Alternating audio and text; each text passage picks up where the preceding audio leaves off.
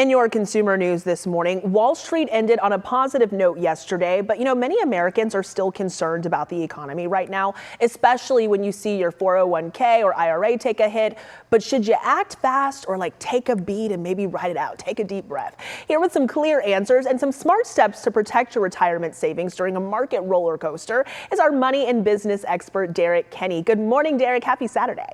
Happy Saturday to you, Morgan. Great to see you. Okay, let's just get right into it. With the market swinging wildly, what is the very first thing people should know about their 401k and IRA right now? What do they need to think about first? First of all, these are set up to be long-term investments. So most people don't invest into a 401k or an IRA thinking, I'm going to take this money out next week to buy the car, buy the house, send my kids to college. These are geared for longer-term investments. So it allows you to have a longer-term mentality when you invest it. So when you hear about significant volatility like we're experiencing right now with tariffs and the uncertainty, think about long term. So how would I want to invest this for 20 years or 30 years? But if you are close to retirement, this might be time to maybe take some of the risk off. But for the most part, know that every paycheck you're adding money. So sometimes it's high, sometimes it's low, but to keep it where it is for the most part. And you talk about that being a long-term process, but there are some people who, when they see this, they panic. They want to pull money out. Why would that not be a great idea? Well, if you have a knee-jerk reaction, for example, typically most people make bad decisions generally in life when they're scared, they're nervous, they're anxious, they just are acting out of fear, and that causes them to make really bad decisions. And money can be one of the worst times to do that. Keep in mind, we've not had this much of an economic experiment occur in over 100 years. We've not had tariffs and these types of issues bantered around, so nobody really knows how volatile it can be. If you don't need the money, though, my suggestion to most people across the country is stay where you're at. This economy is like a Lamborghini stuck in city traffic. It wants to rev its engine, but these tariffs and all these other concerns are preventing it from going fast. Once those things are resolved, we may expect that Lamborghini to start to roll again.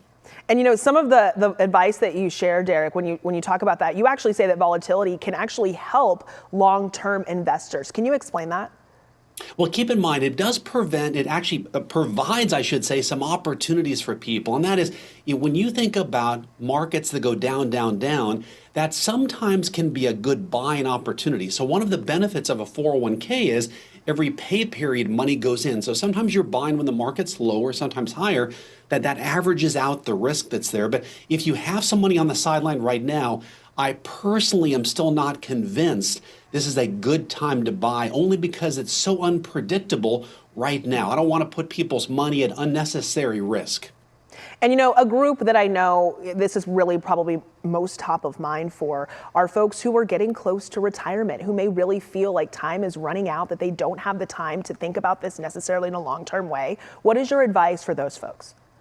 Yeah, for some people that are living kind of paycheck to paycheck in retirement, now's the time to say, do I really need to buy this now? Is this an expense I have to take right now? Because the worst possible thing a new retiree can do is spend too much money early on, because it's sort of like putting seeds in the ground, waiting for the flowers to grow. You get impatient and then you yank those seeds out of the ground and they'll never grow anything again. You don't want to do that to your money. So you want to keep it planted so it can grow. But ask yourself, is this a required expense or an optional expense? If you don't need it, probably best not to spend it right now.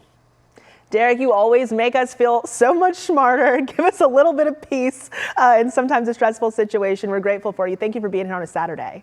My pleasure. Thank you, Morgan. Have a great weekend.